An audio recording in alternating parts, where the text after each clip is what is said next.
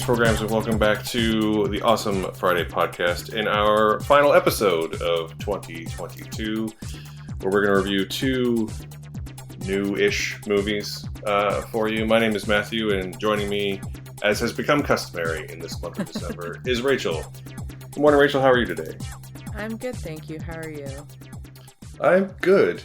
I enjoy that I always want to have this banter section, even though we've already been talking offline for like half an hour. And we also had a great banter section yesterday when we had a false start with recording. That's true. That's true. And I was going on about my love for a new artist, Elvis Presley, who, if you're not familiar, Yeah, he's it turns great. out Just to let you he's know, great, right? Turns out Elvis Presley, really talented. Like, it's crazy. It's nuts. Yep. Well, I'm glad you've discovered this new artist and brought him to our attention. No problem. I feel like the world, well, the United States in particular, going through such social change. I feel like Elvis Presley might be the answer for them. No, I think it'll help. I think it'll really help. I mean, I think I told you yesterday that the movie, which I did not really connect with, I guess I sort of appreciate, but did not really connect with, does have one of my favorite scenes in the whole year. No. It's the scene when Tom Hanks' character hears Elvis on the radio and then realizes that he's white, and it does like a really dramatic pull in on his face. It treats it like this big monumental thing, and I'm like, Yeah. this is either the best or the most uncomfortable thing I've seen all year. I thought it was the funniest thing in the world because they zoom in on what's his name, Cody Smith McPhee, yeah. Yeah, and they zoom on, and he goes, "That's the thing. He's white," and they zoom on. It's the funniest thing in the world to me. I feel like it was played for a laugh, though. I don't know if it was meant to be serious, because I do think I feel like, not that I know Baz Luhrmann, but I feel like he's playing it to be like, this is how absurd it is. Like, it's ridiculous. Oh yeah, 100%. I think it's meant to make you laugh, and then to make you feel like a little bit like, should I be laughing at this? Because that's ooh. There's a moment like that in Babylon. You haven't seen Babylon yet, right? I have not yet seen Babylon, no. There's a moment in Babylon where it's like, it's super, super funny, and then all of a sudden it's just not funny anymore. And you can, in the audience when I was watching it, it's like everyone's like, ha ha ha, this is so funny, and then all of a sudden everyone's like, oh, okay, and then you just kind of hear the laughter cut. It's very funny. What I was going to say, though, I've been thinking a lot about one thing we said yesterday when we were chatting about Elvis, which is we were both talking about how whether or not Austin Butler was going to get he'll definitely be nominated, but we were wondering, kind of considering whether or not he's going to actually win any of the big awards.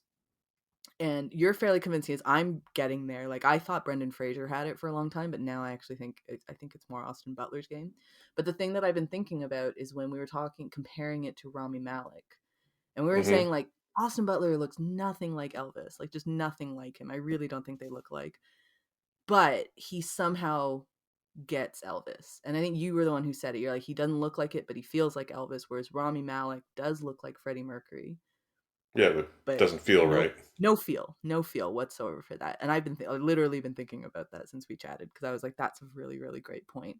And I think what makes Austin Butler's performance so good, because I've been not rewatching the movie, but I've been rewatching clips from it, because there are some really, really cool moments from that movie. I'm not that sold on the movie either, to be fair. I like it, but yeah, sorry, I don't know how it's getting nominated for so many. It's getting nominated for Best Picture and Best Director for. It's because it's the most movie. It's the most movie. It is a lot of movie. I keep hearing people talking about. I mean, the current movie that we talking about would be Babylon, is maximalist filmmaking, and I haven't seen it, so I can't speak to that. But Baz Luhrmann in general is the maximalist filmmaker. Yeah. It's so overstuffed and kinetic and a nonstop assault on the senses, for better or for worse. My problem with that movie was that I felt like it didn't really have a narrative I could latch onto in any kind of emotional way. It sort of speeds through things way too quickly, at least for the first half. Yeah. But Austin Butler is great throughout.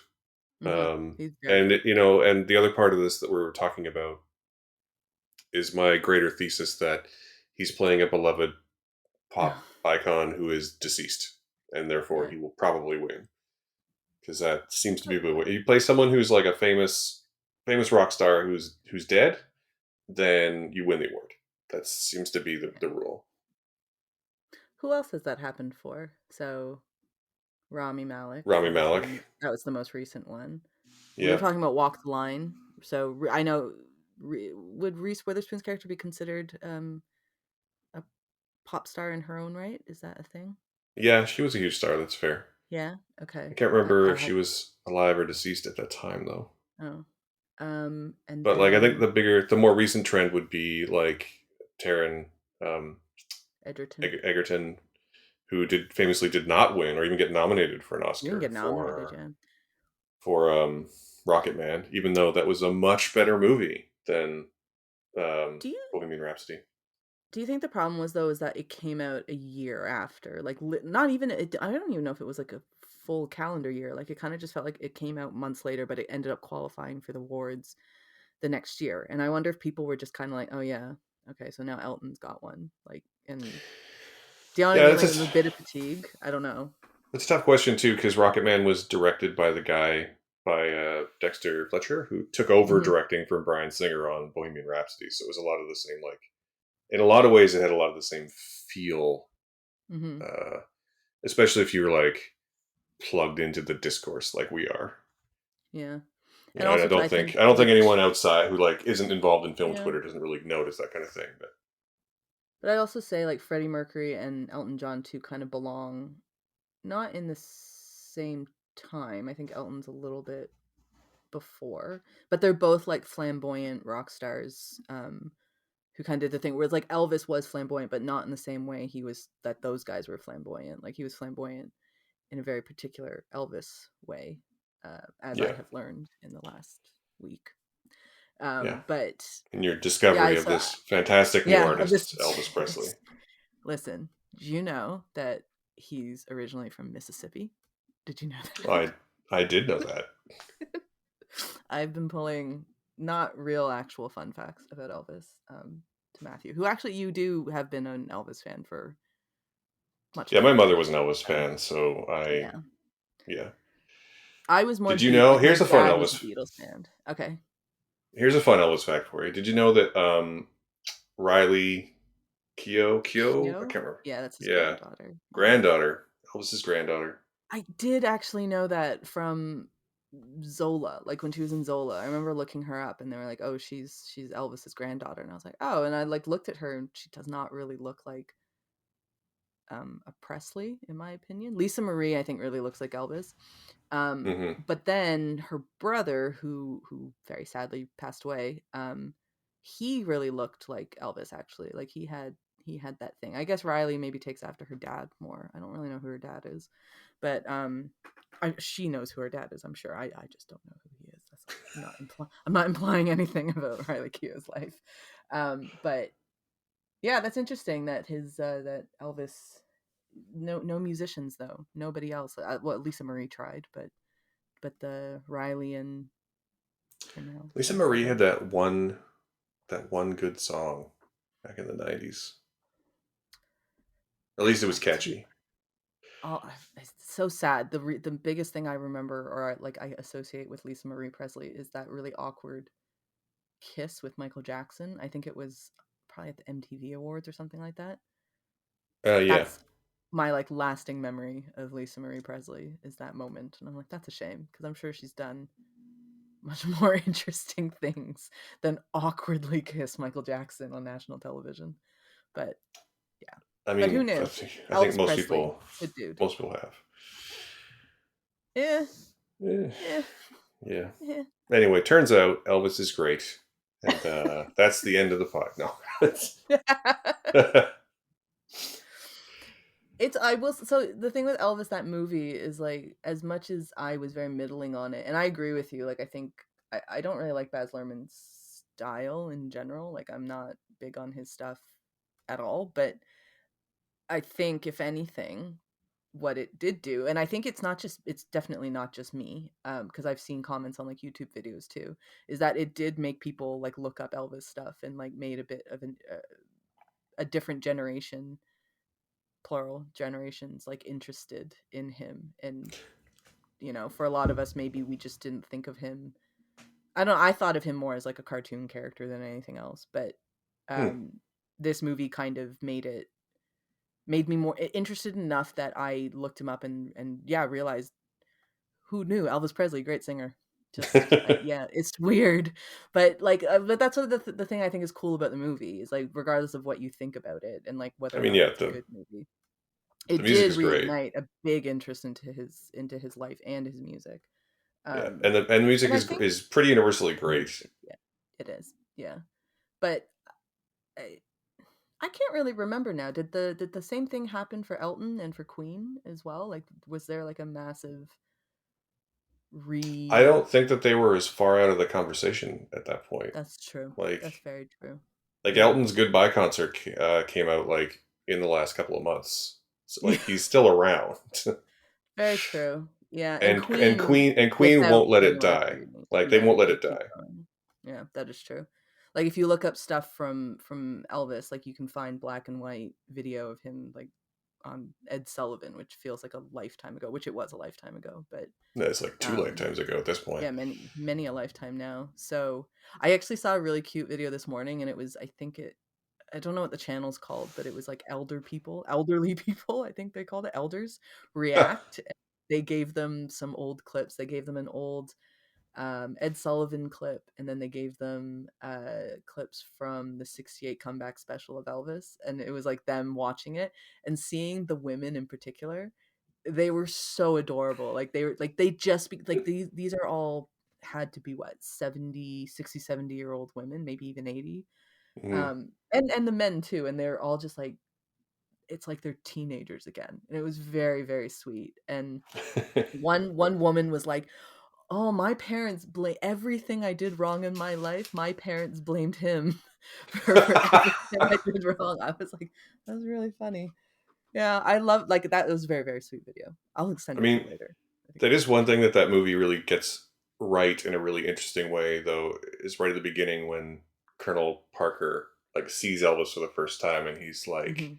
he is sex. He is like the embodiment Yeah. of sex. It's like, yeah, that's accurate. I was watching his press conference when he came back from Germany, and like, he's just like a man rocket. Like, he's so good looking. It's like uncomfortable how good looking he is. I'm sorry, did you say he's a man rocket? He's a man rocket. Yes, a I man don't think rocket. I Have you have not heard ever this heard, term? I've never heard that term before. What is this Where did weird I East hear it Coast term? from? I think I took it from, I'm gonna say Always Sunny. Most of my stuff comes from anything that I say that is remotely See, that's weird because from I've Always watched Sunny. all of It's Always Sunny like multiple I'm times, and I feel pretty like confident it's from, we have not talked about this, so this is we're going to no. table this for another time. Otherwise, we will be here all day. I love that show. Big That's fan. because Big fan. it's Big fan. great. I And haven't watched the latest season yet, but I will catch up on it. But yeah, I'm oh a big yeah, fan. they But do some I interesting stuff. I think they say Man Rocket in that show. I I'm mean, pretty honestly, they confident might. that's where I got it from. It's been about 8 months since I watched it all, but that is also. I feel like it must Long not be like a recurring gag because I feel like I'd remember it if it was. No, I will find out where it's from, but I didn't come up with it. But it is a great term, and I love using it to describe like men, like real, like just men who are there's nothing else to describe them other than man rockets. I He just is a can't. man rocket. Also, I can't think of anyone who anyone might describe as a man rocket in that show. So, Elvis. Elvis is a man rocket. Oh, in that show. yeah, I I mean, swear it's something Mac says. Like, I'm fairly confident. Like, Mac is calling, maybe like, I don't know. It's like Chase Utley. No, Chase Utley. He wanted him to be his friend. I oh can't yeah. remember, I was but like, it's a thing. I really like that episode. What I was gonna say was, like, I was watching that the Elvis press conference, and somebody in the comments, in the YouTube comments, was like, does the typical dude thing, and was like, I'm not gay, but Jesus Christ. I'm like, yeah, it's uncomfortable because he's a man rocket. I will find that for you where I got that from. Fair enough. This Fair is enough. my honestly it might just be my cue to rewatch all of It's Always Sunny again. I recently watched because I was trying to introduce a friend to it, and they said which episode should I watch, and I said I think I sent them a clip from I think it was the gang goes on welfare. I think is that the was that what it's called? I think that one, the one where Dee and Where they get Dennis on? decide to go on welfare, and then they get addicted to crack, and Yeah, then yeah, it's like that episode to me, and so I started watching that one just because I recommended it to someone. I thought I forget how funny the show was, especially the yeah. early few seasons. It was like The very very funny. the two episodes I often recommend to people who want to know what the show is like are The Gang Buys a Boat and The Gang Misses the Boat. I feel are two really great episodes Yeah. that really highlight like the entire dynamic of the show. That's great episodes. Those are great ones. The gang buys the boat. I think that was the one that has possibly one of the greatest exchanges in the show, which is when Dennis is talking about the implication, Oh yeah, the and he's first like, time you hear about the You're implication. all out there. It's like you're all alone on the boat, and it's like, and she knows the implication." And then Yeah, Mac's because like, she's not going to "Are say these no women because in of the are implication. these women in danger?" He's like, "Dude, No. I wish you would just stop saying that. Like they're not in any danger." And then the way like Glenn Howerton like clenches his jaw and you can just kind of see the twitch on the edge of his jaw is so funny. And then there's like an older woman there who overhears them and looks at him. It's like, what the hell? And Dennis is like, what are you looking at me for? You certainly wouldn't be in any danger. And Mac's like, so they are in danger. So they are in danger. Yeah, It's such a good show. We should we do should. we should do a podcast on that show. There you go. Yeah, we should, because I mean, again, if we don't stop talking, we're going to be here all day, and we're already almost 20 minutes into this show. So we should probably awkwardly segue towards talking about a movie, which in some ways is like It's Always Sunny, except that it's not. Um, No. Actually, that's not true. You haven't seen the most recent It could. season. If No, you I haven't seen the most haven't. recent season, they go to Ireland in the most recent season. So there you Oh, do go. they? Yeah. But I actually would argue I could see Banshees being I could see it being like an Always Sunny episode, like some form of it. Like, you could kind of see because it's ridiculous and a little. It's a bit dark though. For I although mean, Always Sunny has always it's been fairly dark, but like, a different kind of dark. yeah, it's a different kind of dark. But I could see that. I could see that. Yeah. Well, let's dive into then the Banshees of Inisherin, which is very much like It's Always Sunny in Philadelphia. Um, and uh, Rachel, why don't you give us the quick rundown on the plot of the Banshees of Sure. Inisherin? Um, I'm glad you asked me to do this one because I think it has like the funniest premise in my opinion because you can boil it down to two best friends who live on an island in Ireland, a fictional one. One doesn't want to be his friend anymore, and the other takes it kind of rough. And that's literally That's the entire. That's the movie. It's that like is the whole it's like movie. which I find to be like the brilliance of the movie though is that it is genuinely such a simple like premise in that. So you have I'll give a bit more. So Brendan Gleeson plays Colm, who's he's the one who doesn't want to be the friend, and then Colin Farrell is how do you say his name? Pat Pe- Pedrick. Pedrick.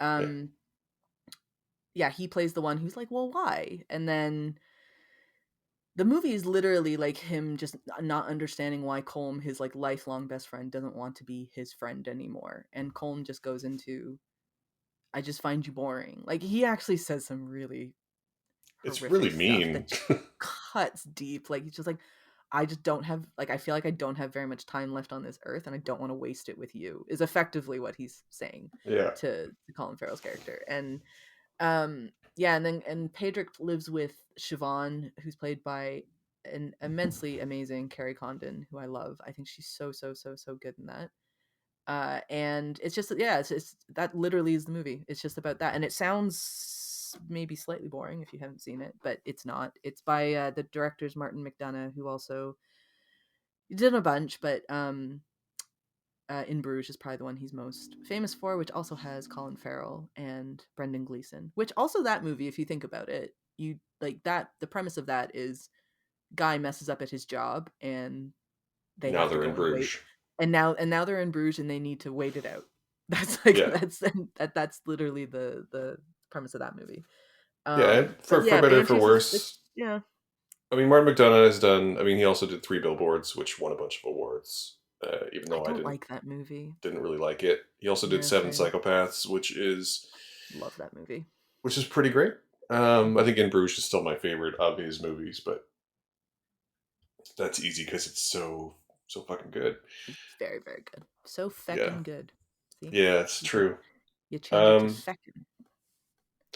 so it's interesting actually, not to like get us a higher rating than we normally would have, but like I think it's the use of the word feckin' throughout this movie I find super interesting. Not because it's obviously like a regional dialect thing, but because as the film progresses and as they get sort of angrier and more desperate in their positions, it very slowly, I don't know if you noticed, but they start saying, they switch to the full blown fucking, like through the Really? movie. I didn't notice that. As it starts out at the beginning when they're still kind of friendly, everyone's saying fecking. And by the end of the movie, they're all saying fucking. It's really interesting, really subtle. I really liked it. Oh, that's interesting. I should rewatch it at some point soon. Yeah, I feel like this movie, a lot of people were. I noticed the reaction. Some people were a bit,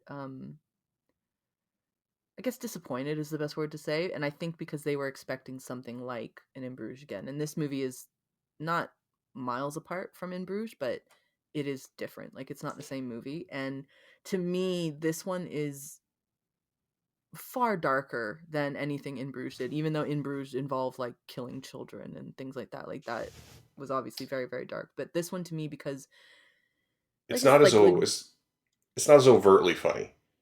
no, Like it's not. It's it's not as overtly funny, but it's just like we've all been there either on either side of the equation where you're just like, I just don't want to be friends with this person anymore. Or somebody says, unfortunately, if they say it to you, like they just don't want to be your friend anymore. And like that shit cuts deep. Like that's really hurtful when someone just says, I just don't want to spend any more time with you. And it's not like a like your romantic partner, because that's a different thing. This is just your buddy, like the person that you thought is gonna hang out with you till, if you're both single, whatever, it doesn't matter. You guys are just gonna be BFFs, like forever and always. And this guy just one day is like, nah, I find you boring. I think you're kind of dumb. I think you're kind of slow. Like, I don't want to waste any more of my life with you. And that, like, and he says other things too, but it's just like, it's such a very, it's a very, very melancholic way of looking at, I think, specifically male friendships as well. Like, mhm. I think it's a little bit unique to men in this way, but just to be so blunt and so just like also quite open with it too. There's no ghosting in this one really. Like it's not like he just kind of fuzzy. He just says to him like, just don't want to be your friend, kind of thing. And I was like, this movie to me cuts a lot deeper in that sense than anything. But yeah, it's not as funny, I suppose. And in that way, maybe it's not as entertaining to some people. But um, I personally think it's like maybe not as brilliant as In Bruges, but just the idea of what they're trying to talk about, the themes that they're trying to talk about in it, I find those to be very, very interesting. And to me, that surpasses In Bruges in a way. Yeah, that's totally fair. I think this is honestly one of the best movies I've seen all year. Um, and for a bunch of reasons, but almost entirely, not almost entirely, but like a large part of that is that Brendan Gleeson and Colin Farrell and Carrie Hmm. Condon in particular are all so good. And Barry Keoghan as well. He's And amazing Barry in it Keegan too. as well, yeah. Yeah. I would say that I think Barry Keegan might be the as being a little bit like unsung even because everyone Hmm. else is so good, and Barry Keegan has played character not exactly like this, but has played like this. He sort of has like a type, right? I think so. It's because his face is kind of creepy. No offense to Barry Keoghan, but his face is like, it's very interesting. Like I think he's it's a good thing he's an actor, because I feel like his face works really well for acting, because it can be a It's a lot of very interesting different face. things. It's a very interesting face, and he can just be a lot of different things in different movies. But you're right, he does kind of get put into the same, kind of reminds me a little bit of, but like a daft version of what who his little character in Green Knight, kind of like that, like just this kind of Yeah, kind weird of. creepy thing. But in this movie he's a bit of a dullard, like he's kind of stupid. but Yeah, also he's very sad obviously too. He has like a super sad backstory in this he's got a super one. sad backstory, and he's Yeah. horrendously abused, and like he's Yeah. obviously, I think the way you'd say it back in the day would be he's a bit slow, and Mm. I think I think what makes the movie interesting, like the plot interesting, is you're right. It is the simplest premise in the world. Brendan Gleeson just doesn't want to be friends with Colin Farrell anymore. um, but what makes it really interesting is that Colin Farrell is, even though people tell him he's not, he's kind of a dummy. He's a bit of a He dummy, is. and He's he's a a bit slow huge as well. Yeah. he's a puppy dog, and all he wants is his friend to like him. Yeah. And that interaction, I mean, it goes to some super dark places, um, Yeah. but just the interplay between them is so good, and they're obviously like they've worked together before, and they have an obvious chemistry. But Colin Farrell in particular, like I don't want to sound like a dick here, but I think Austin Butler has the best chance to win Best Actor. But I think we should probably give it to Colin Farrell. Like if only in recognition of this performance, but also just the year that guy's had has been. He's had a tremendous year. Like it's Yeah, a he's had a tremendous year of releases. tremendous year. Yeah, he's done, and like such. I love his career in general. Like I just think he's had such a fascinating career of because he is pretty. He's like he starts off as like a pretty boy, and he does the pretty boy movies that were germane in the time of like the early 2000s and things like that. But there Hmm. was always like a super super talented actor who was, no offense to those roles, but it's like who was probably beyond what the leading man kind of typically. I would say Chris Pine falls into that category as well. Like they're just a bit, they're too talented in a way for constantly being thrown into the leading man role. Brad Pitt is another one who like broke out of that too. Um, Hmm.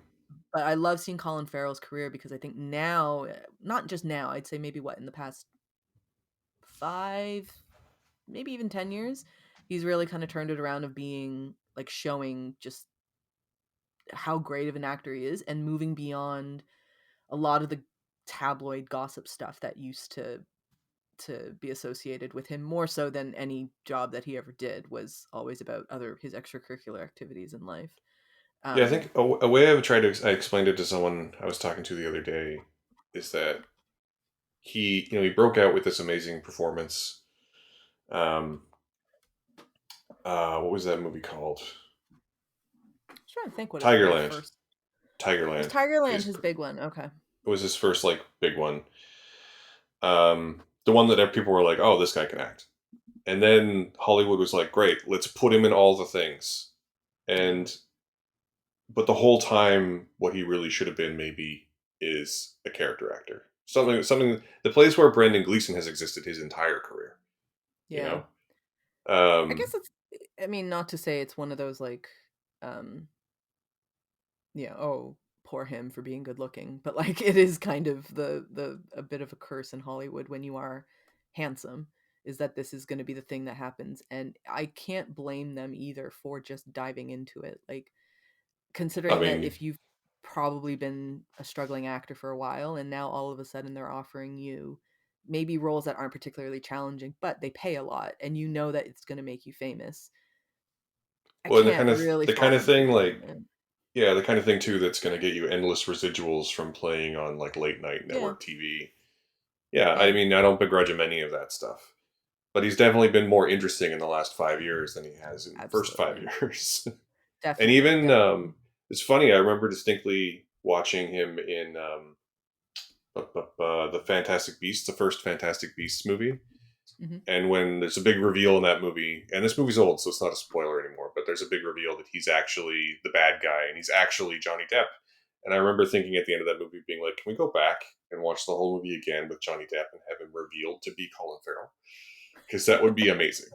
It'd be it would bode much better for this franchise. What happened to that franchise? Is it still going? Do they still have movies like that they need to do, or are they done at this point? There was one last year, wasn't there? The I Secrets of I'm Dumbledore or one of something.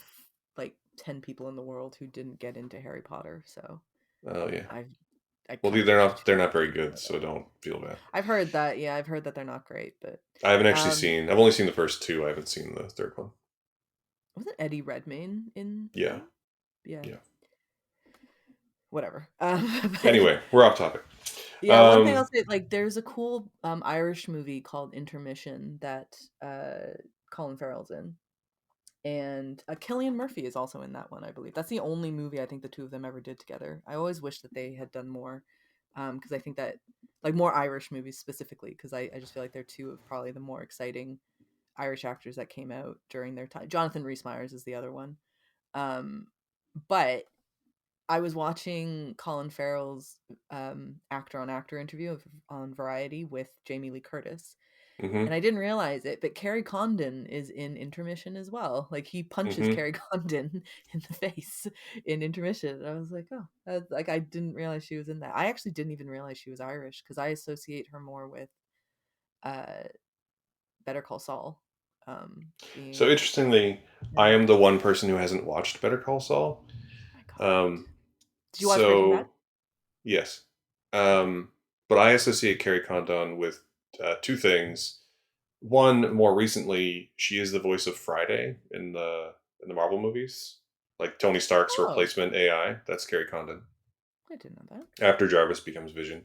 But also, I was a huge fan of HBO's Rome in the early zeros, and she's in that I see. as Oh, cool. Octavia, and she's so good in that even then. Um, but she honestly, for me, like we haven't really talked about the plot of this movie because there's not that much there. I mean, there is and there isn't. I mean, there's lots to talk about. Really, the it's set in the 20s. It's very deliberately set against a backdrop of the Irish Civil War. It is Hmm. very much like a microcosm of the Irish Civil War. There's tons to talk about there. And it's super interesting. But all I really want to talk about is how fucking good Carrie Condon is in this movie, and I hope that if Yeah. this movie wins any single award, it would be Best Supporting Actress for her because she is so good. I think it's such a shame because this year, both lead and supporting actress categories are very stacked in the awards kind of race and like what people consider to be. Because, like, if you just look at Women Talking and She Said, because those were ensemble lead and didn't really have one specific lead actress, but a lot of people love those performances. All of those ladies are getting thrown into the supporting category, and so it's a shame because I do think, yeah, Carrie Condon, she's amazing, and there's a lot of supporting actresses I think who, in a year where Women Talking doesn't come out, or it's not so much of an ensemble and it's more like there's like a proper couple leads in it, um then those guys would be, and I include like Hong Chow in that conversation too. Like, I feel like those guys would be way more, um what's the word am I looking for? Way more touted to be, for best supporting actress. But I think Carrie Condon and Barry Keoghan, both of them, even though maybe on like the bigger awards shows, they're not getting as, actually no, they've been nominated though. Barry Keoghan's been They're both nominated and nominated he, for Golden Globes, which, for better or for worse, are still a thing that are happening. yeah. Um, and yeah, I mean, Carrie Condon's up against Angela Bassett and Jamie Lee Mm, Curtis and Dolly DeLeon from Triangle of Sadness and Carrie Mulligan from mm, She Said. And like, yeah. that's a tough It's tough. category. It's That's a tough very like category. both the actors categories right now. Like, so we I vote in the Toronto Film Critics Association Awards, and we had a Zoom meeting the other day of just what are some movies that people need to catch up on, like, and for different categories and things like that. And constantly there was always like, this movie has great performances by actresses, and then at one point someone was like, guys, I don't have enough movies for like acting, like for actors. Like, I need some men to watch because like we're pretty set on the women's side of things, like on the actress side of things. But like for best actor, best male performance, I don't have enough. And I was like, it's so interesting that that's kind of become like that's the way it shook out this year. Because typically speaking, you would say it's the other way around. Like, there's more great male performances that are too many to count for. But this year, yeah, I think the ladies have been killing it, which is Yeah, great. I would agree. I don't think the film qualified for the Independent Spirit Awards, Not independent enough. or How maybe do the they? budget. Maybe the budget was too Yeah. high. How do they determine what is an indie film? Do you know? The Independent Spirit Awards, the main criteria is that the budget has to be under 35 million. Like they, Okay. and then I'm pretty sure they can come from a major studio still, though. Okay, because I was gonna say I know this is a Searchlight movie. Um, I don't know what their budget is though. Yeah. Either way, they're not. No, I don't think anybody's nominated from it. I think it just must have been out of contention. Probably. Um, One thing you said though about the Irish Civil War that I thought was interesting. I love that they made this on a fictional island. They filmed it on the Aran Islands, I believe, but I like that they chose that Martin McDonagh chose he just created like a fictional island in Inisherin, and by putting it on an island outside of the Republic, the mainland, constantly throughout the movie, like you can hear bombs and just And things going off, and they talk gunfire about and it too.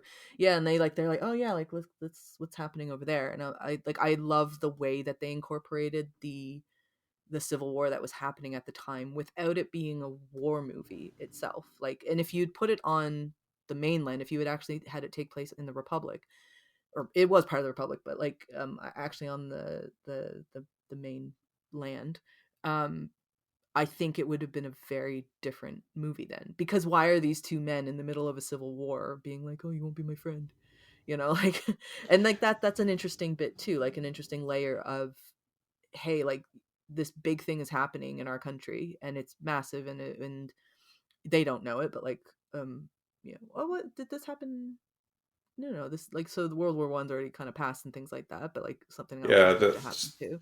So the Irish Civil War happened. So In I'm not a between, huge right? I think scholar of the Irish Civil War here, but the Irish Civil War happened in between World in Wars between, One and yeah. Two, but more importantly, it also happened pretty much right after Irish independence. So I think what makes it interesting in relation to the two main characters in this movie is that in the real world, in the real war, there's very real situations where Mhm. men who may have been fighting side by side one day are now suddenly on opposite sides of this civil Yeah. conflict.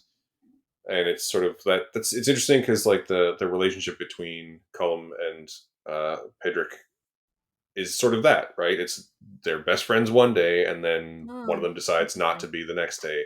It's that whole thing just in a microcosm and removed from the physical conflict Mhm. mostly, um, but um, but just all the philosophical differences that are there.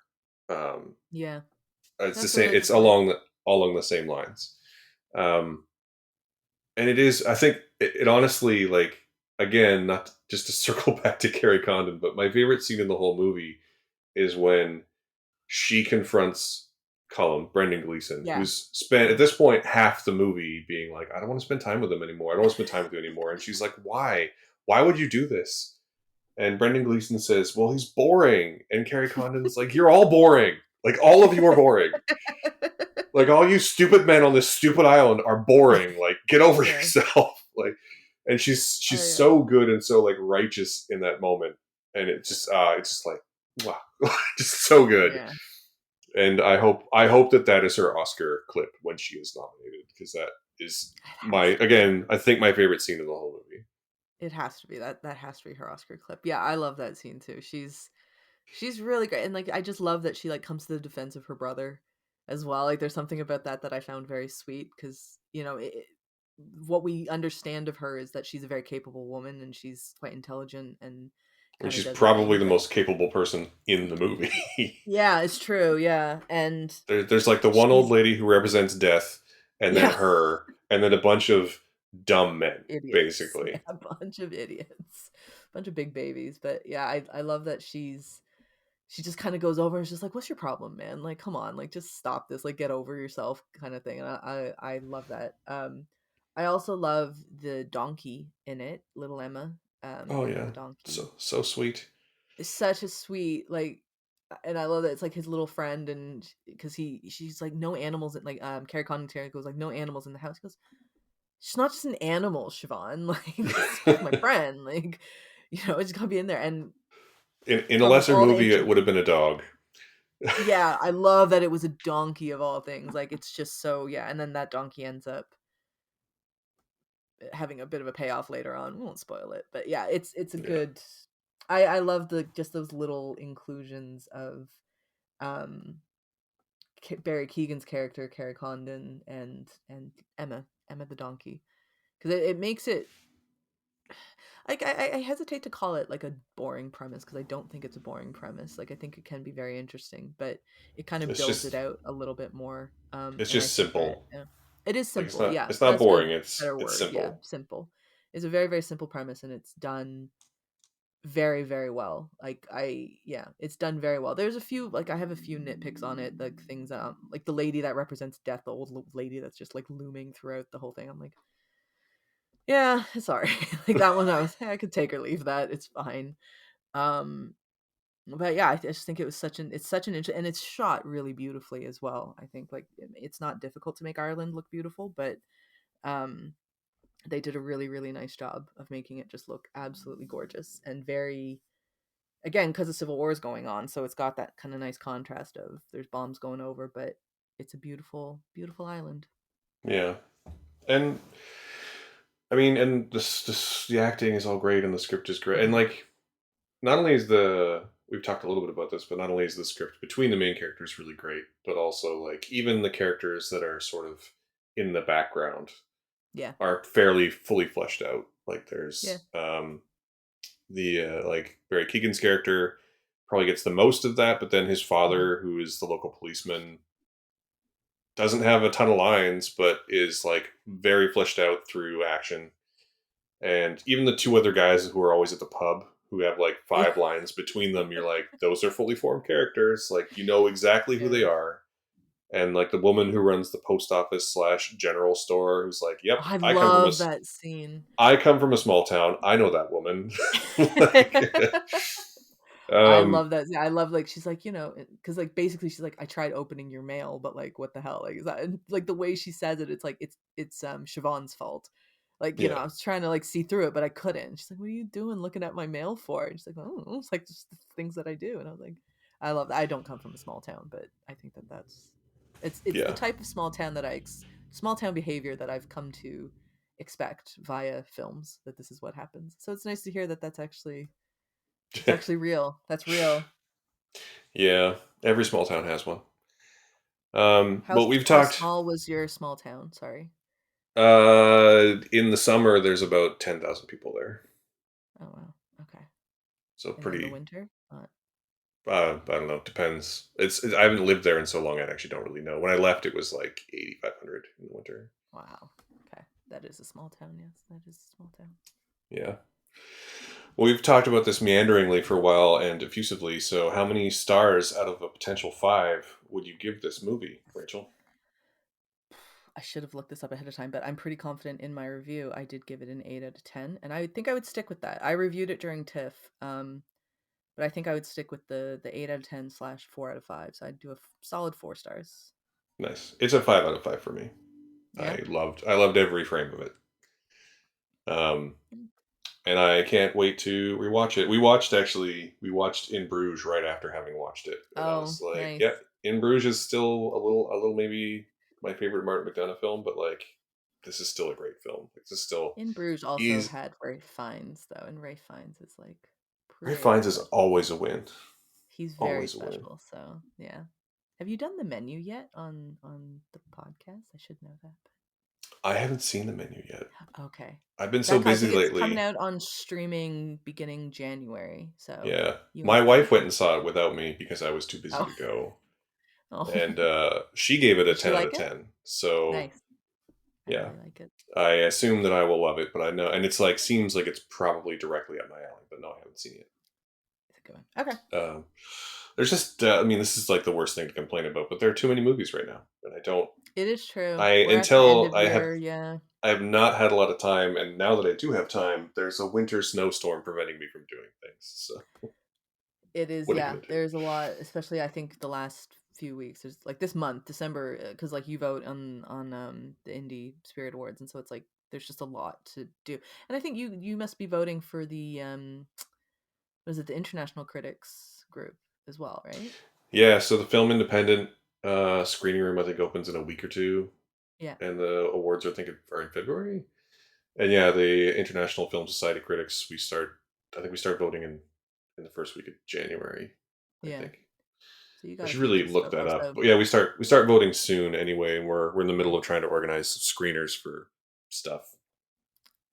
it's a lot. It's a lot, yeah, because you get sent like so many different things, and specifically for me for like the Toronto is because we have a ton of Canadian stuff that we need to catch up on as well, because that's not normally as widely available throughout the year. So it's just been an onslaught of watching a lot of stuff, and I don't want to complain because there are worse things I could be doing with my time, but it is a lot, and you're gonna miss some stuff out, which is unfortunate. Yeah. Well, there's no. I'll sleep when I'm dead. It's fine. Anyway, so that's Banshees of Inisherin, which is a solid recommend. If you have not seen it, dear listeners, it is. It's on Disney Plus here in Canada, so I Mhm. assume it's on Disney Plus or Hulu, depending on whatever. Must be Yeah, Disney Plus everywhere, I would imagine. But it's a it's out. Searchlight one, so that's under the Disney umbrella. So yeah, Yeah, so definitely. it's out and you can see it, and they're trying to push it for awards, so it's very easy to find. But let's move on to this week's other big release that we're going to talk about, which is James Cameron's Avatar: The Way of Water. And I guess I'll give us the rundown on this one. Have you seen Avatar 1? Because now you know the story of Avatar 2. It's. I'm, I'm sorry. It's just. I, it's I'm sorry. I liked Avatar 1. I had a hard time with this movie. I saw it yesterday. You saw this Mhm. in a theater, right? I saw this in a cinema I as did. well. Did I you saw it. did you watch an IMAX? I'm gonna ask you that. Did you watch were you able to get out to No, that big IMAX theater to watch it? No. Okay. no. And did you watch it in So 3D?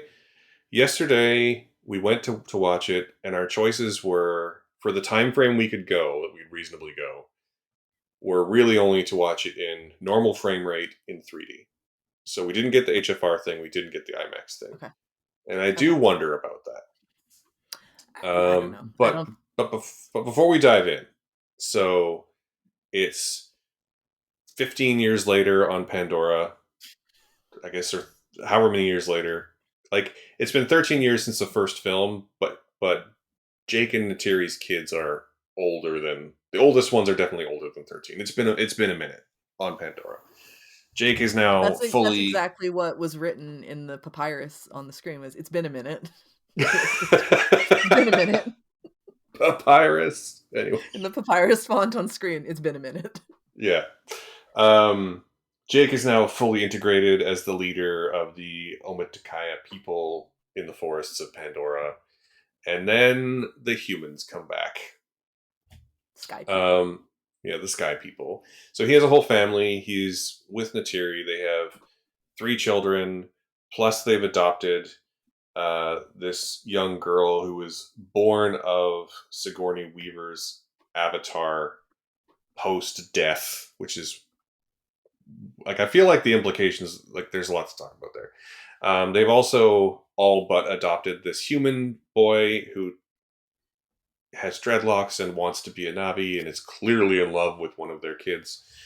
Um, and then the Sky People come back and they do. If you thought they were pretty bad colonialists before, let me tell you, they have robots that let them do that to a whole other level in this one. And they also bring Stephen Lang back in the form of his memories in an avatar body.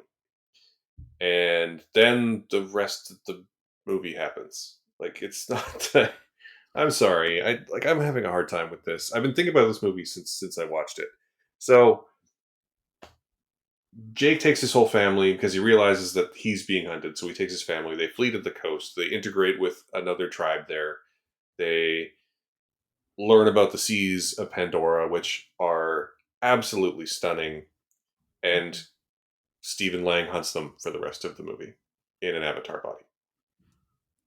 That's pretty much the whole movie, as Yep. far as I can tell. Yep. It's James Cameron is really like I think some of the storytelling elements in this movie are really good, but it is super basic, which I think is sort of what he's known for. I didn't really like it, and I kind of dislike that I didn't like it because I did like the first one, and to be fair, this is one of the most beautiful things I've seen all year, visually speaking. Um, but it was just kind of like 3 hours and 10 minutes long, and I didn't really care about any of it. And I say this as a person who's watched Avatar 1 roughly a million times. Really? Yeah, and so I used to run a store that sold movies, and for a very long time, I saw Avatar 1 in the theaters. I saw it in IMAX. I saw it in theaters at least two other times. But then when it came out on Blu-ray, it was one of the earliest, well, not earliest, but one of the first like really good Blu-rays, like really, Mhm. really good Blu-ray transfers. So I have seen that movie like a million times just from it like being on demo TVs and demo Oh, I see. screens. Okay. Like couldn't tell you the number of times I've like sat down and watched it, but I have seen that movie roughly a bazillion times. Interestingly, same story, but Shrek one. Anyway, um, um, and I think my problem with this movie is just that like I don't know if it's just too little, too late, but in a lot of ways, it's the same movie. It's the same Mhm. movie. Mhm. I don't know. Am I wrong here? No. I feel conflicted about it because I really wanted to like this. I think it's a bad idea in general to bet against James Cameron. And I don't think it's a poorly made movie. I don't think it's a poorly acted movie, but I still didn't like I'll s It's so interesting because, like, I agree with you on every front, but the thing is, I would say because I didn't like Avatar 1, and I was not expecting anything from it. Like you say, don't bet against James Cameron. I completely agree with that. But I left watching this movie liking it more than I expected myself to. Now, saying that, I think I had a much lower bar than you. But like all the things that you're saying, I completely agree with. Like I think that the story is it's a rehashing of the first movie, and I don't think that James Cameron he's not he's a sorry James Cameron, you're not a good writer. Like his dialogue is atrocious. Like it's so appallingly bad. It's laughable at some points. The stories are just super basic and things like that. But I was very much so willing to overlook those because I actually think the story elements from this one are slightly better than the first one, because of the world building. Like, I like that we go to another part of the world of Pandora, it. and I Hmm. like that we see a different tribe and, like, we get to see, the toucan, I think that's what they're called? The big whales underneath. Like, I Hmm. like that we're exploring other parts of the world and what makes that tribe different to the one that Jake and Natiri are from. Like I like all that kind of stuff. So I think that that's more interesting.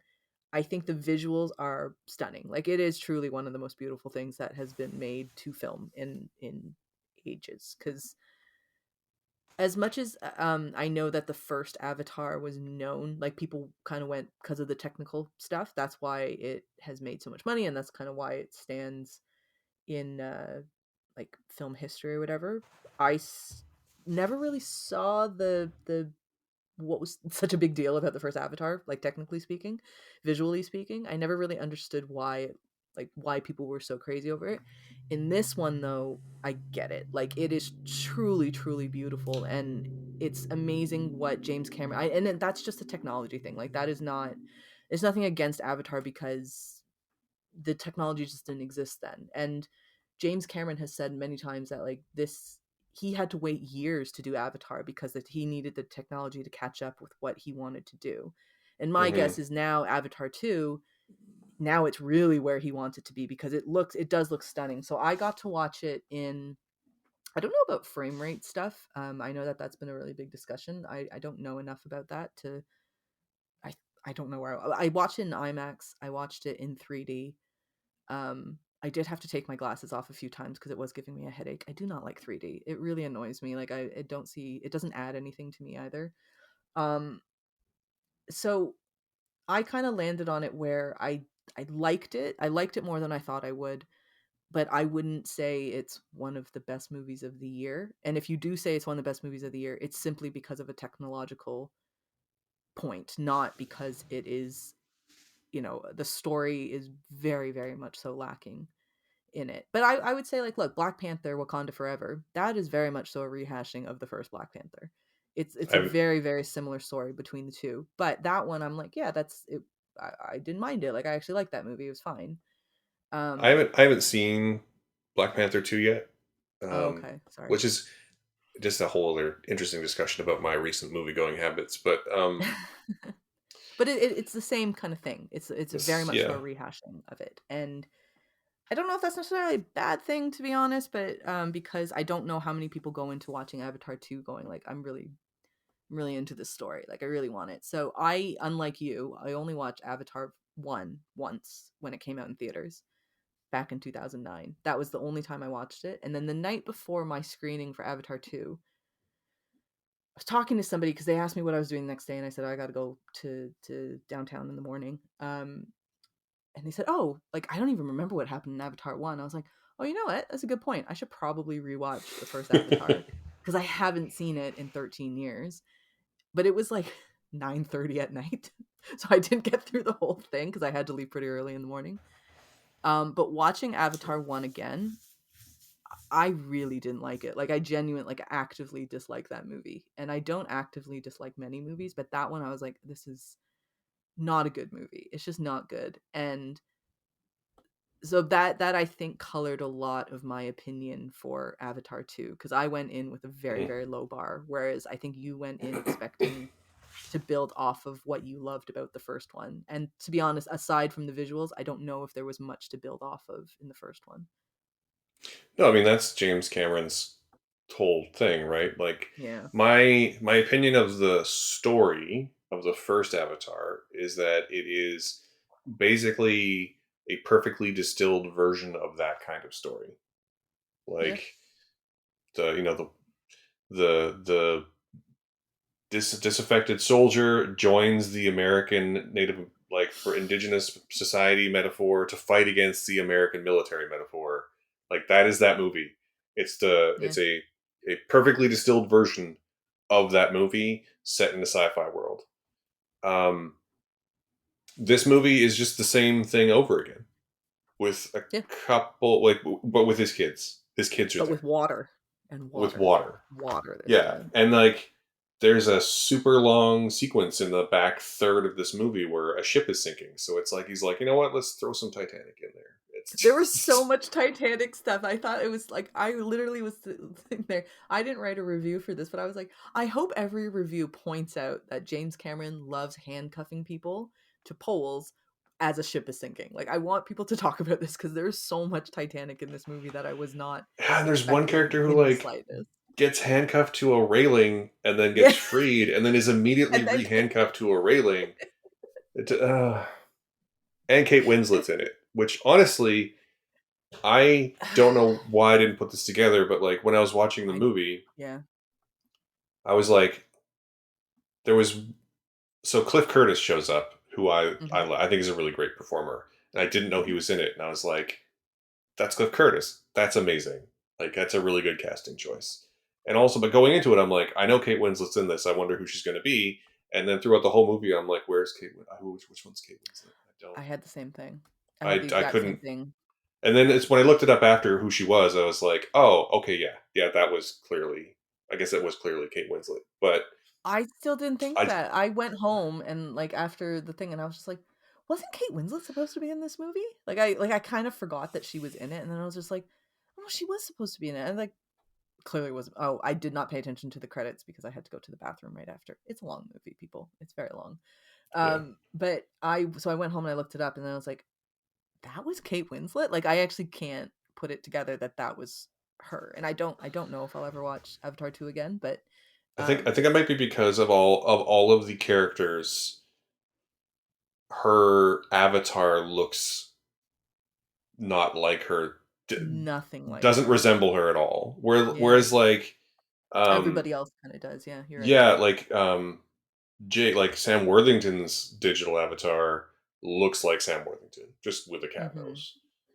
Um, and same with Zoe Saldana. I thought Yeah. looks like her. I also wanna bring up Zoe Saldana. I love her. I just think her as an actress, she's I very much so enjoy anything that she does. I with the exception of Guardians, I usually go and seek out whatever she's in. Um, I just don't like Guardians. I just don't know what to say about that. But It's so weird. We should talk about that later.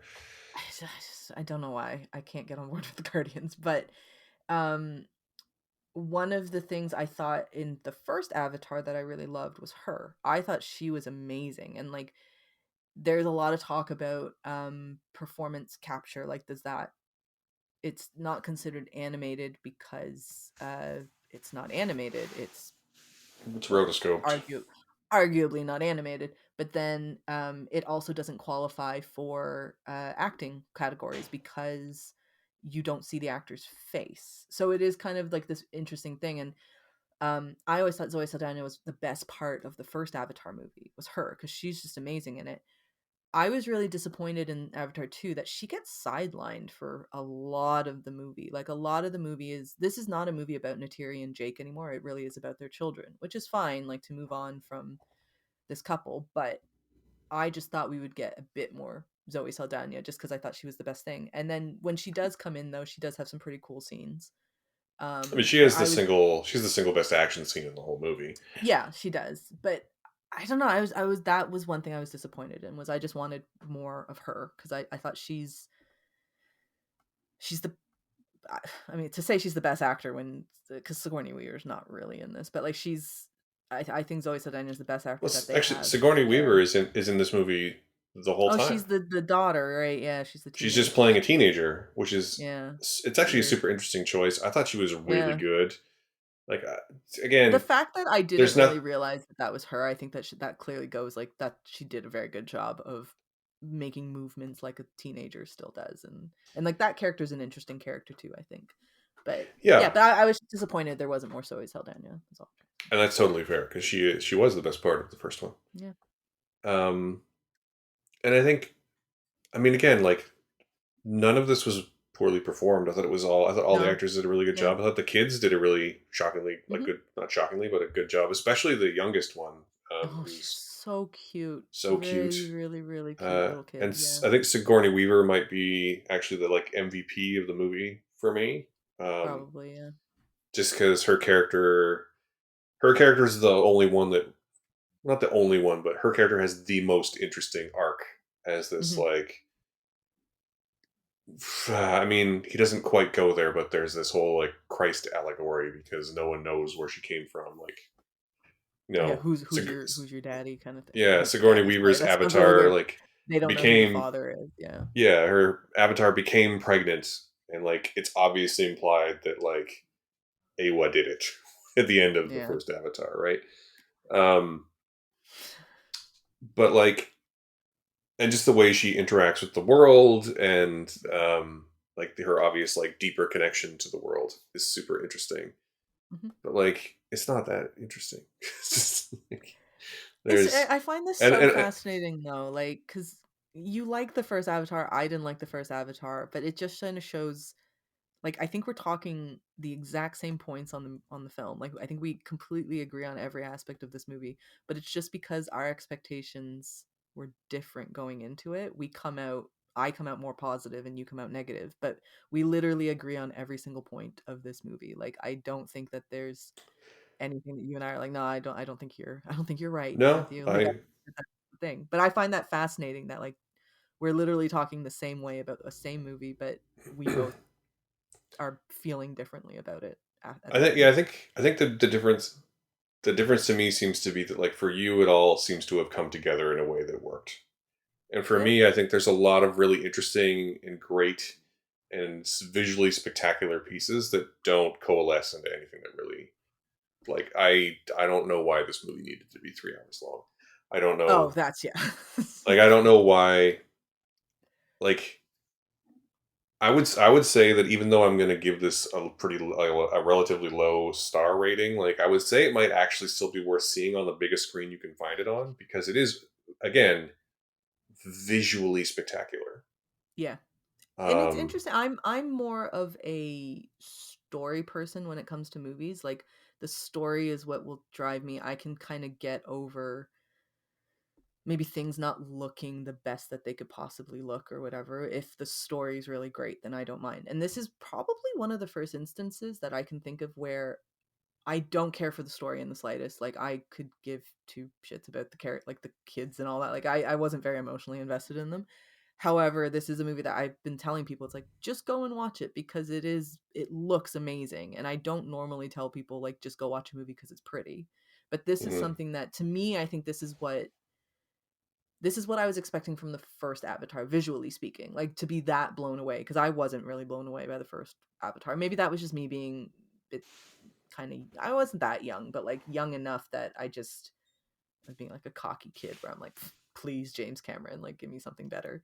Um, but now this one, it's like it's gorgeous, and I do think go watch it in IMAX because it's stunning.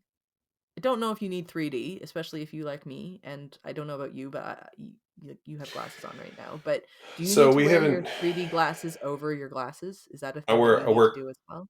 I wear contacts when I know I'm You wear going to see a contacts. movie in 3D. I wear contacts. See, I can't wear contacts, so I have to do the goggle thing, and Yeah. it's horrendous. Like, it really gives you a headache doing that. So I will say that if there had been an option, and to be clear, yesterday there was not an option for me to see this movie in 2D, Hmm. I would have taken it. Yeah. And the reason for that isn't that 3D gives me a headache, it's that 3D mutes color. And Yes. at a several points in this movie, I took my glasses off and I was like, "Oh, this movie is in color."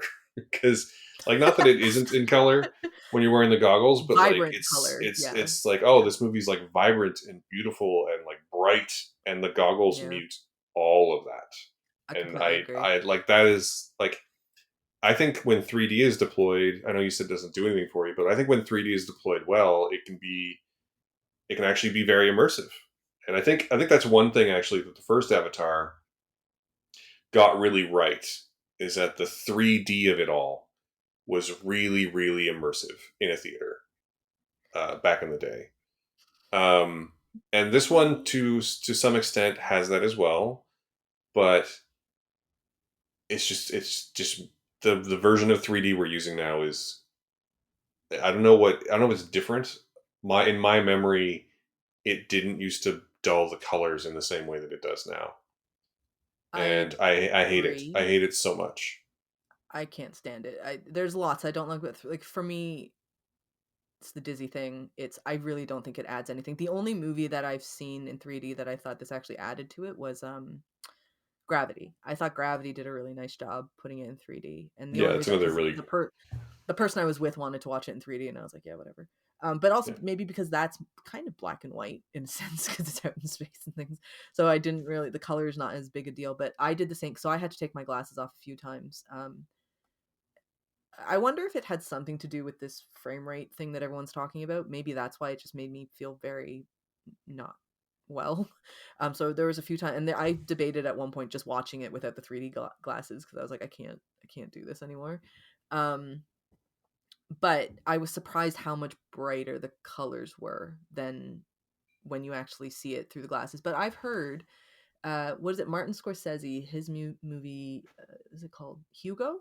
I think it's Hugo. Hmm. They had put that out in 3D, and he had special instructions to movie theaters that you need to turn the brightness of the bulbs up to a certain level in order to make sure that it's not that the glasses don't impair that. And I always thought that that was really interesting because he even knows like, yeah, it dulls the colors. And I don't know, I don't think 3D, like, I can be very well immersed into a movie that's not in 3D, and so I don't see how I don't think 3D adds anything for me personally. Like, Yeah. I think if watching it in IMAX, to me, that is more beneficial and more immersive than watching anything in 3D. Like watching Dune in the big IMAX where it just kind of like wraps around you. Same with Top Gun Maverick, like those kind of movies, like it just wraps around you. Like that's really cool. Um, Hmm. More so than anything 3D could ever offer me in terms of immersion. I was gonna say Yeah, immersiveness. that's That's totally fair, and I don't disagree with any particular point that you're making at the moment.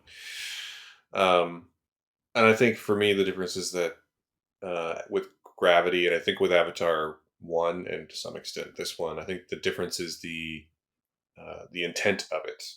Like I think when Yeah. I think the one thing James Cameron did in 2009, not a lot that, and he sort of kicked off the whole 3D thing there for about Yeah. 5 years, was that like he filmed it with 3D in mind. Whereas most movies that came out for the next 5 years were like, oh shit, we got to do this in 3D, and they just sort of like rushed it after the fact. Um, And I would say James Cameron never did like a cheap 3D stunt. Like there's no arrow coming towards like you're like, ah, it's not like that. Like that's yeah, not really what he ever does. And so I said Gravity's the only one that 3D, but I did think the first Avatar, if I can remember correctly, I do remember thinking, oh, the 3D's not bad in this one. Like it didn't yeah, it just adds I didn't feel like it was depth to the cheap. frame. Yeah. Yeah. Yeah, But a friend of mine was talking to me about Avatar 2 and because I think they were looking at postings or listings where they live and there was like the 3D option. They were like, I thought we were done with 3D. Like I thought as an industry they decided no more 3D.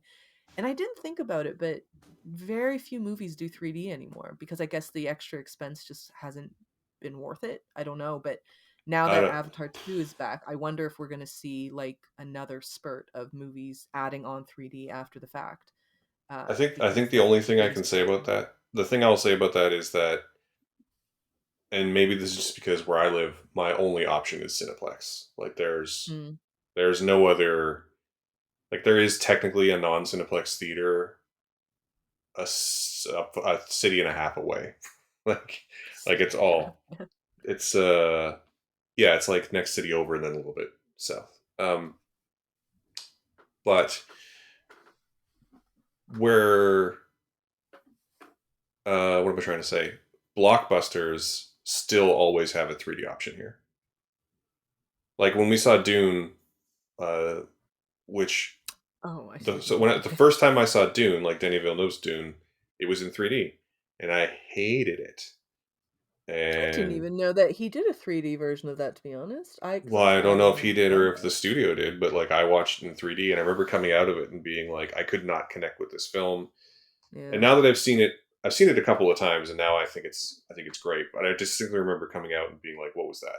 Like what Yeah. and 3D is one of those things I strongly believe should be left at amusement parks. I feel like that's where 3D movies, where like the chairs move around, yeah. that's where 3D should sit. I don't think like I'm gonna say if James Cameron can't do it to convince me that 3D is necessary for Avatar 2, like I don't anybody who asks me how to watch what's the best way to watch Avatar 2, I would still say IMAX, Dolby sound. Those are your two big things that you probably want to look out for.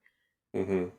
3D is not something I would say you need to watch it in 3D. And so again, if he can't convince me that it's necessary to for viewing for the optimal viewing experience, then I don't know who could. Like I don't know who what other director is capable of doing stuff with 3D that James Cameron cannot do.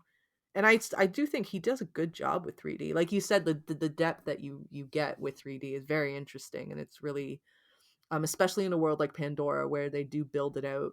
The underwater scenes I think are really gorgeous, and I do think the 3D kind of helps with the underwater scenes. Actually, I think it looks pretty tremendous. But yeah, I don't think it's necessary to enjoy the movie. You don't need to watch it in 3D.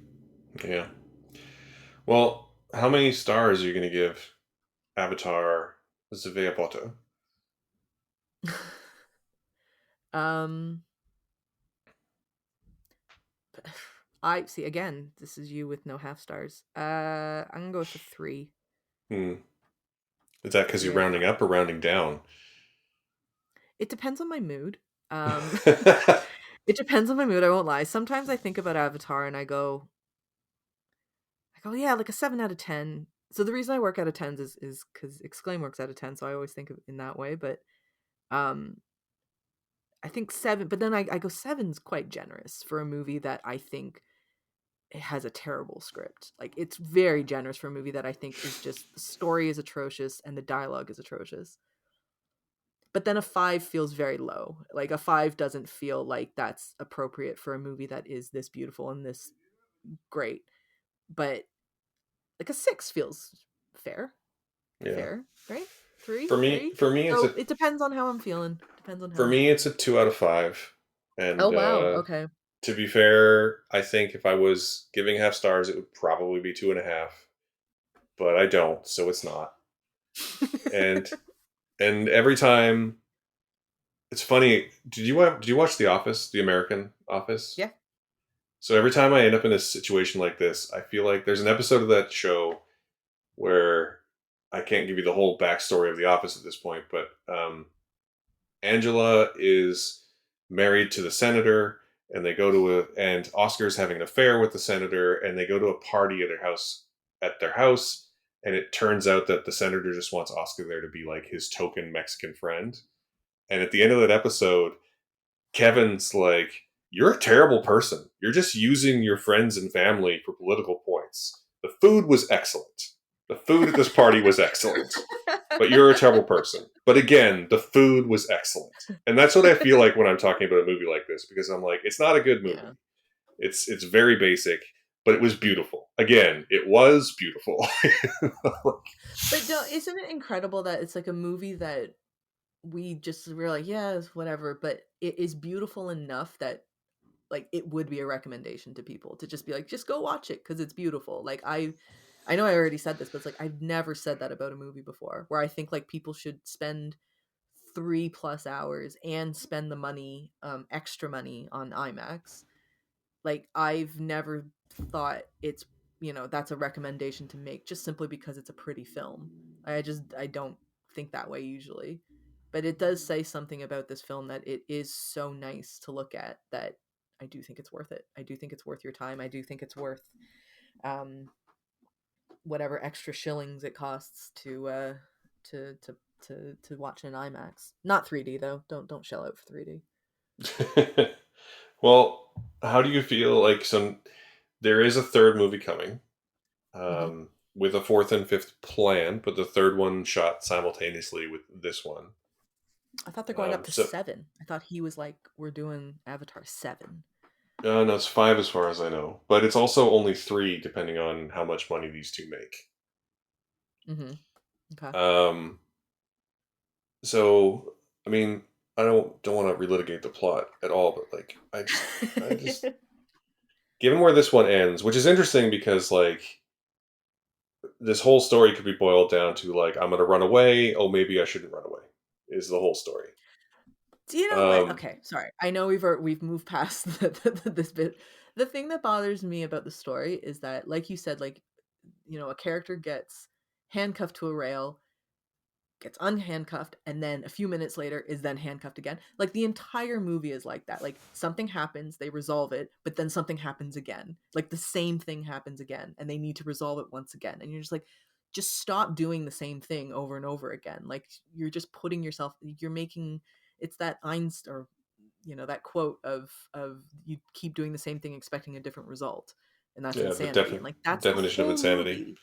Like the whole movie is they do the exact same thing expecting a different outcome, and we're just supposed to sit there being like, "Yeah, that's interesting." I That's mean, why it took 3+ hours for this movie to wrap up. Like if you took out the second attempts at everything, you got a tight 90. Like my god. I mean, I don't. I want to talk about the ending, but I don't want to spoil the ending because it's too early in the run. But like, at some point, we should talk about the ending because I hated the ending. But Do you know anyway, what's terrible? I have to take a second to like, what was the ending of the yeah. movie? Like So I don't even anyway, know if I really remember it. I will still say that like, there's a third movie coming. Yeah. The third movie is going to have basically all the people I like back, and it's adding Una Chaplin, and it's adding David Thewlis. So, and David Thewlis is always a win. So even if he shows up like Jermaine Clement in this one for like 10 minutes and three lines, um, You're but into it. I mean, I will never bet against James Cameron. So I'm Yeah. still like curious, at least curious to see what the third one's going to look like. But So I can I do wish ask, this was better. when you knew you were gonna, like, an Avatar 2 got announced, they were like it's gonna get released and thing, would you say like you were genuinely excited to watch it because you liked the first one so much, so you're like, I want to see what else that they do? Like was that what you're Oh, I mean, 10 years ago I was. Yeah. But even leading up to watching it now, like I know that it's been a long time, but like was your mood on it like I'm excited, or was it curious? I was uh, curious. for me, I was excited to see what it would be like visually. Okay. Um, because I didn't see it ahead of time. I typically, when I know I'm going to watch something, I avoid other people's reviews, Yeah. but there's only so much of that you can avoid these days. Like, even if you're judicious with muting words on the social medias, like, sentiment seeps through. Yeah. So I would say that I was genuinely excited to look at it, and that Yeah. bore out pretty well. And I was Okay. curious about the story, And so because now going in, I had heard sorry, mixed go ahead. things, and I will say that I have no expectations about the story for the third one. And Oh, the again, first one high was good. expectations about the visuals because it'll be gorgeous because that is what he does best. Yeah, it's interesting because I was the reason I asked is 'cause I was thinking from Avatar 1 to 2, I feel like you were excited to see where 2 was going. And then from 2 to 3, now you're down to curious. Whereas I was Avatar 1 to 2, I was just curious. Had just like he could have never come out with another Avatar, and I never would have thought about it. I wouldn't have been like, I wonder what would have happened on Pandora. Like I never, it wouldn't have been like a what if kind of thing for me if he had never returned to this franchise. But now from 2 to 3, and I was a bit more positive on 2, I still am only just curious. Like, Hmm. I'm still like, I wonder what he's gonna do." I still haven't gone to the side of, I'm actually excited to see what Avatar 3 is. Like, I don't really have that. I still am just, "Yeah, we'll see what he does with it." Um, which, I don't know, maybe that's the trademark of kind of superficial stuff, because just curiosity. It's not like a genuine substantive excitement to it. Which is a shame considering how much money he's plugged into this and how much time and many years of his life that he's dedicated to this thing. Yeah, I don't know. I feel like we could keep talking. Well, I could definitely. I will say this: I could keep talking about it all day, but we're at 20 minutes longer than we usually go, so we should probably try to wrap it up. That's fair. And we've already said that we were going to finish, so yeah. Avatar 2, everyone. Do with our information what you will. I don't know what to say. I genuinely, when I got home, I went to like log this on Letterboxd, and I was like, I don't know what to give this. I don't know how to review this. So thank you for talking about it with me because it gave me a better idea. No problem. So now we're gonna wrap up there. Rachel, where can the people find you? You can find me at rachelkh.com. And that's where all my stuff is. And you can go to Twitter or Instagram at _RachelKH. Excellent. And they can also search for you in all kinds of publications, including Exclaim and POV Magazine and the Globe and Mail and Slash Film, and you're just all over the place. It's pretty great. Thank you very much. You're a good Yeah, publicist. yeah, I do what I can. Um, and as for us, you can obviously find us at awesomefriday.ca. You can find us on Twitter and Instagram at awesomefridayca. You can find me at smatthewaf on most of the socials. Um, and that's going to be our show. Thank you so much for listening, and Merry Christmas. I'm not 100% sure when this episode is going to drop. It'll either be the day before or the day after Christmas. So, Merry Christmas. Happy holidays. Happy New Year. We will see you in 2023, and at some point, Simon will be back.